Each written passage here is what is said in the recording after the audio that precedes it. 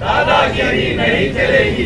अरे महामंडळांच्या नावाने उधळपट्टी करणाऱ्या राज्य सरकारचा निकाल हो।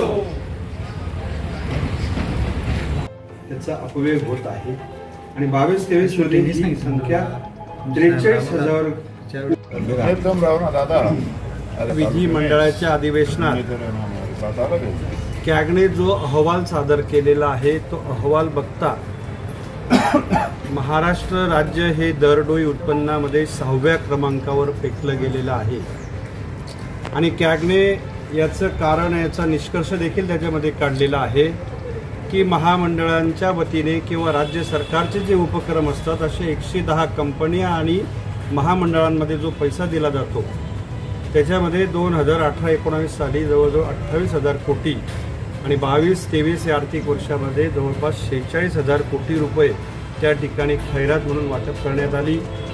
खऱ्या अर्थानं ज्या कारणासाठी सार्वजनिक कंपन्या किंवा महामंडळांची निर्मिती केली, समाजातल्या लहानातल्या लहान घटकांना तिथं स्थैर्य प्राप्त व्हावं, त्याच्यामागे आर्थिक पाठबळ उभं करण्यात यावं, त्याच्या जीवनाला एक उत्कर्ष मिळावा या उदात्त हेतूनं हे निर्मिती झालेली होती।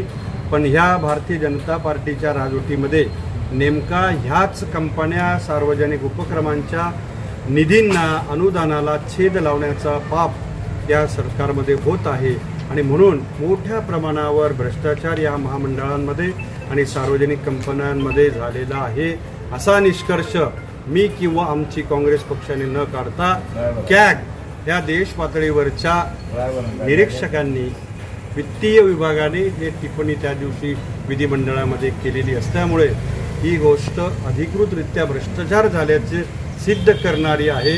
म्हणून या गोष्टीची तातडीने चौकशी व्हावी।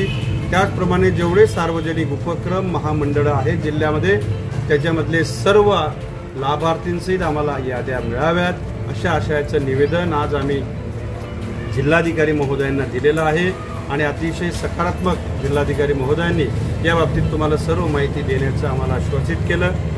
त्याचप्रमाणे धुळे जिल्ह्यामध्ये जवळ 23 तलाठ्याची भरतीचं रोजच्या ताज्या घडामोडींसाठी आवाज टीव्हीला सबस्क्राईब करा आणि बेल आयकॉन प्रेस करा।